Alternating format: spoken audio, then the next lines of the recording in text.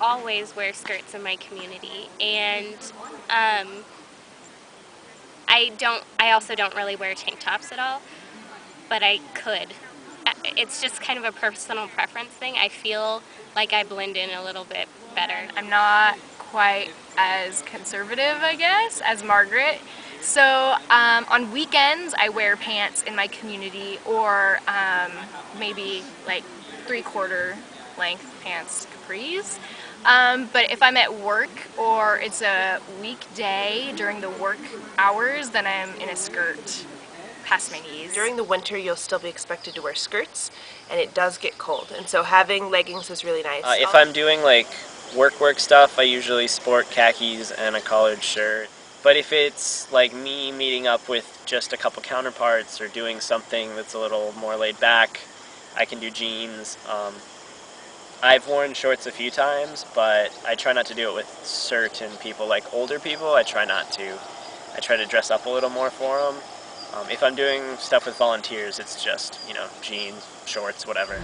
I brought a Gore-Tex raincoat because it breeze, and I was really glad I had that in training, especially we had a lot of rainy days.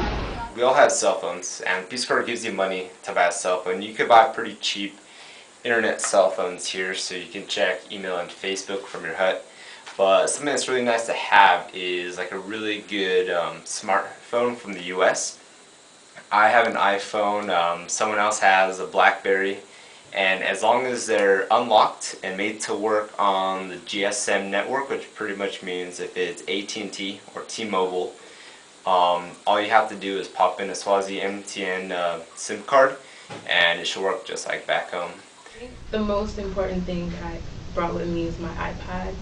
I love to listen to music, and if you like listening to music, you have to bring your iPod. Also, I didn't bring a speaker with me, but if you can, you should bring your speaker, so when you're in your hut, you can plug your iPod into the speaker, and so you can listen to it. There's a couple things that I'm really happy I brought. One of them, solar charger that works for your iPod, which I also suggest bringing with speakers, and it works for your cell phone. So Solios are amazing. I also am very much into exercise, and you can't get any exercise equipment here. So I brought exercise balls and pumps, which are awesome, and they double as seats. And I also bought resistance bands with me. And the final thing I wouldn't leave home without is a solar shower. That way you can actually feel like you're getting clean instead of bucket bathing. I wish I brought my computer. Even if you don't have electricity, you're going to find ways to charge it.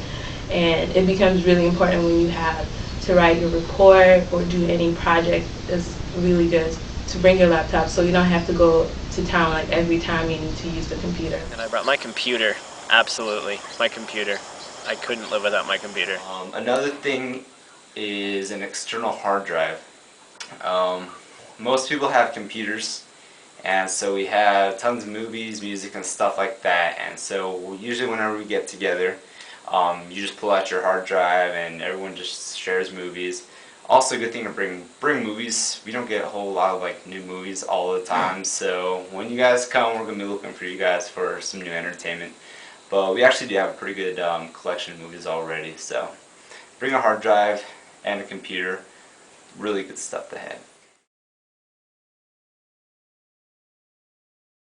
I was so nervous about packing all the right stuff that I ended up packing everything, and a lot of it's just clutter. I brought too much stuff. There were just a lot of things.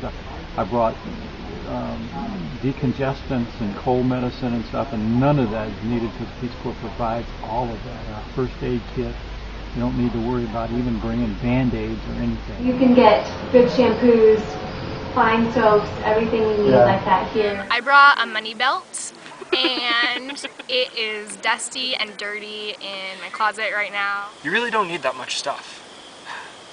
You can buy pretty much any article of clothing you might need, unless you have some kind of outsized body part. During the first 2 months when you're in your training village, Peace Corps asks you here in Swaziland to store half your stuff. So when you're packing, think, what is it that I really have that I have to have to survive, and what clothes and things that I can just put away and not miss for a couple of months.